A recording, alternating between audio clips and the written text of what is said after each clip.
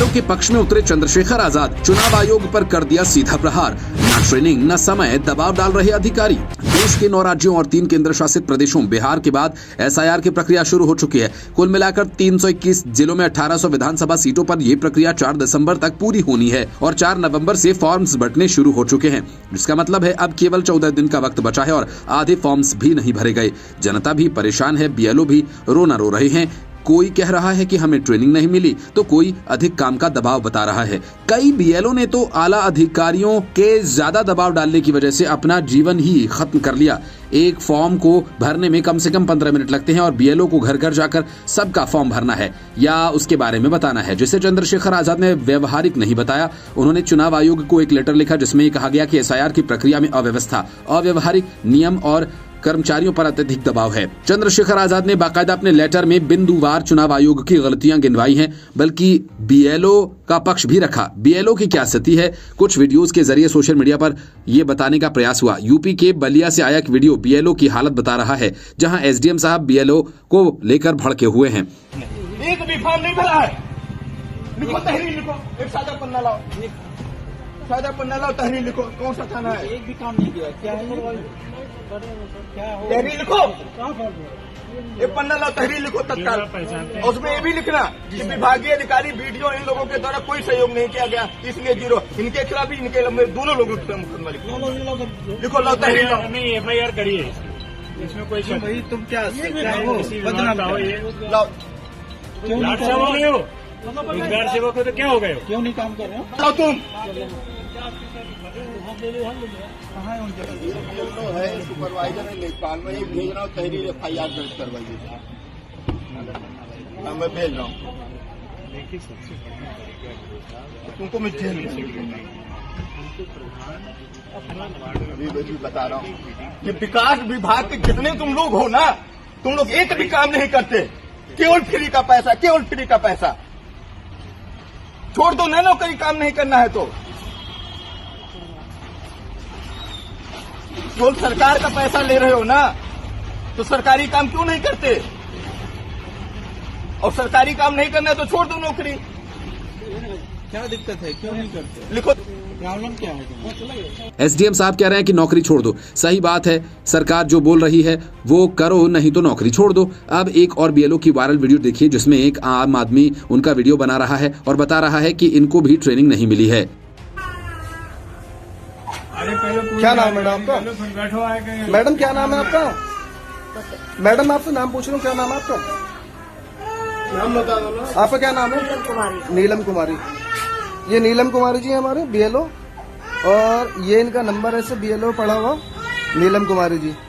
और इनका कहना ये है, क्या मैडम आपको ट्रेनिंग वगैरह नहीं मिली? आपको कुछ भी? मैडम आपसे कुछ सवाल पूछ रहा हूँ मैं, आपको कोई ट्रेनिंग नहीं मिली?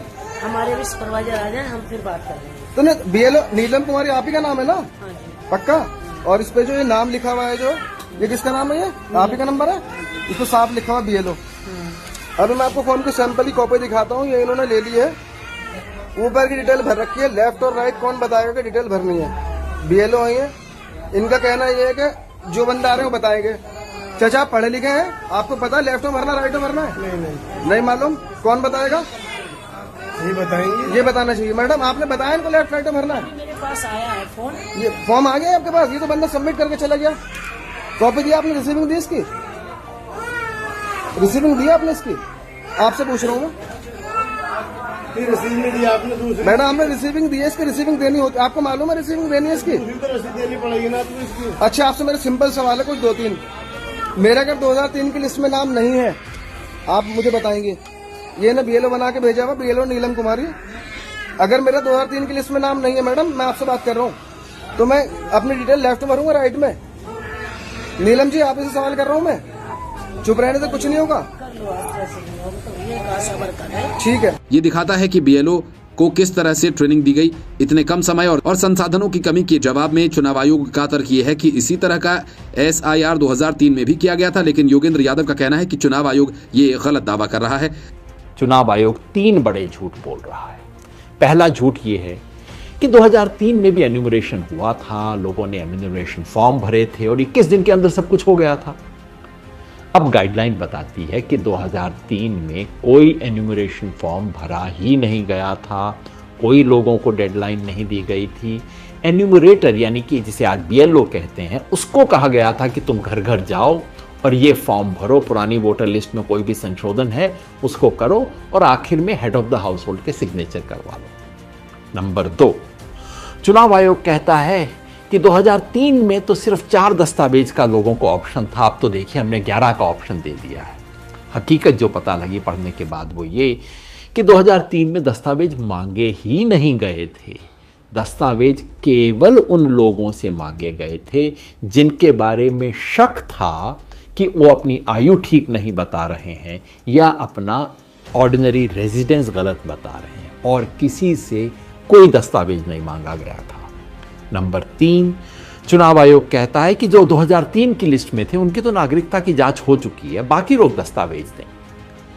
गाइडलाइन पढ़ के पता लगा कि 2003 में नागरिकता की कोई जांच नहीं की गई थी, बल्कि पैरा 32 में स्पष्ट निर्देश दिया गया है कि एन्यूमरेटर का यह काम नहीं है कि वो नागरिकता की जांच करे। सही बात तो यह है कि अभी तक ज्यादातर आम आदमी को कोई पता नहीं कि उसे करना क्या है, कब करना है। वो बस BLO के चक्कर लगा रहा है और साइबर कैफे से लिस्ट निकलवा रहा है, लेकिन होगा क्या ये किसी को समझ नहीं आ रहा।